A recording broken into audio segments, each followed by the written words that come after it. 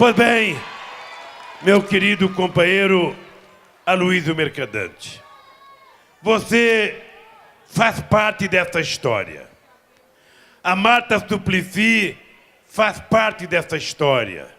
O Suplicy faz parte dessa história. E o Netinho, certamente muito jovem, faz parte dessa história. Esteja aonde estivesse em 80, faria parte dessa história. O companheiro Marinho, muito jovem, metalúrgico da Volkswagen, fazia parte dessa história. Foi a partir daí que a gente imaginou criar um partido político. Foi a partir daí que a gente imaginou que a classe trabalhadora deveria pensar em governar o país.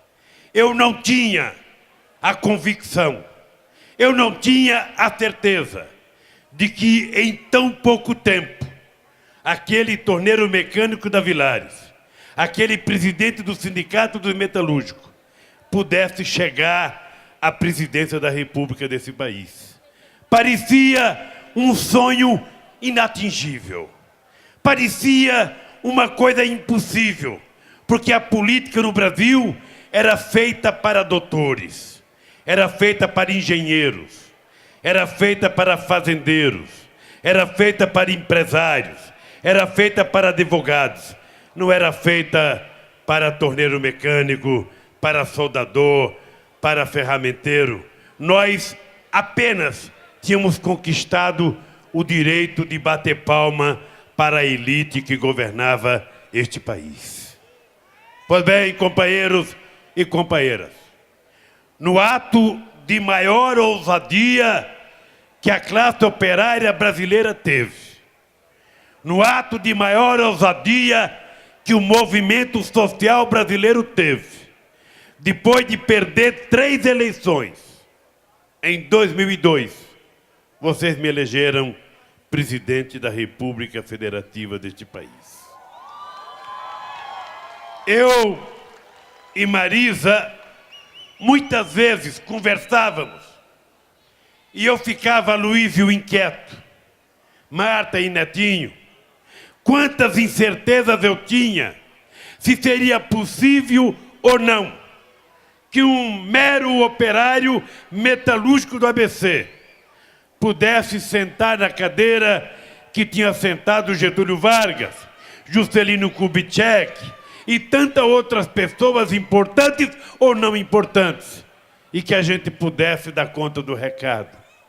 Quantas vezes eu tive medo, Aloysio, no meio da noite, de que eu não daria conta do recado e que se eu fracassasse, o fracasso não seria do Lula, o fracasso seria dos trabalhadores brasileiros, o fracasso seria do movimento sindical, o fracasso seria do movimento social, porque a gente estaria provando que nós não teríamos condições de governar este país.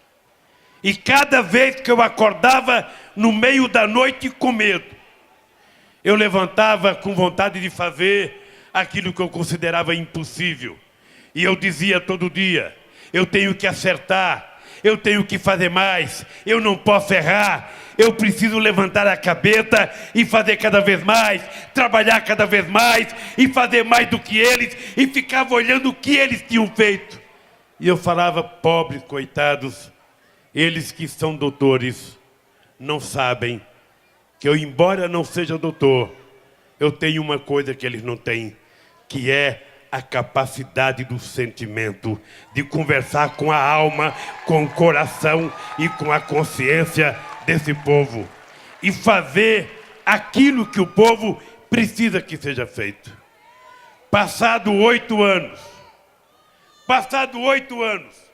a gente pode fazer um estudo comparativo, Aloysio, e eu trouxe aqui para te dar e esqueci de te dar antes de você falar. Mas veja, depois de 25 anos de desemprego neste país, nós vamos terminar o nosso mandato com a criação de 15 milhões de empregos com carteira profissional assinada nesse país. Depois de 15 anos, Aqui, Aloysio, aqui, essa peãozada que está aqui, alguns mais velhos sabem o que era São Bernardo antes de 80. O que foi São Bernardo e o ABC depois de 80. Em que a gente não via uma placa mais pedindo emprego. De que a gente viu milhares de trabalhadores. Uma Volkswagen tinha 44 mil trabalhadores em 80. E depois baixou para 17, para 15, para 16, sabe? E 13 mil trabalhadores hoje. É por isso que a gente vê favelas no ABC. E a gente tem que medir essas favelas com a quantidade de trabalhadores que trabalhavam nessas empresas. E a quantidade que trabalha hoje, para a gente ver a quantidade de homens e mulheres que foram jogados para fora do mercado de trabalho nesses poucos 25 anos. Mas não é apenas isso. A taxa de desemprego no Brasil, medida pelo IBGE e divulgada semana passada, é a menor taxa histórica desse país. Na Espanha, o desemprego está em 20%. Nos Estados Unidos, o desemprego está em 10%. Na Europa, o desemprego está em 10%. E aqui no Brasil, o desemprego está em 6,7%. A menor taxa de desemprego da história deste país. A renda do trabalhador, e eu posso falar na frente desse companheiro, presidente do Sindicato dos Metalúrgicos, na frente do Feijó, que está aqui, na frente do Arthur, presidente da Central Única dos Trabalhadores. Eu posso dizer com muito orgulho, a renda do trabalhador é a maior das últimas décadas. É a renda do trabalhador a maior desde que eu cheguei no governo em 2002, porque há exatamente 8 anos, todas as categorias de trabalhadores fizeram acordo salarial acima da inflação, pelo menos 90%. E os trabalhadores têm um salário médio real superior àquilo que a gente estava habituado a conquistar nos anos 80, quando eu era presidente do sindicato. Mais importante, a desigualdade da renda e da pobreza são os menores de toda a história deste país. Mais importante, 28 milhões de pessoas saíram da pobreza de 2003 a 2009. 35,7 milhões de pessoas passaram da classe D e E para a classe C, A e B. Pela primeira vez, a classe média é maioria na sociedade brasileira e não minoria, como ela costumava ser antes de nós chegarmos à presidência da República. A desnutrição infantil, Aloysio Mercadante, caiu 61%.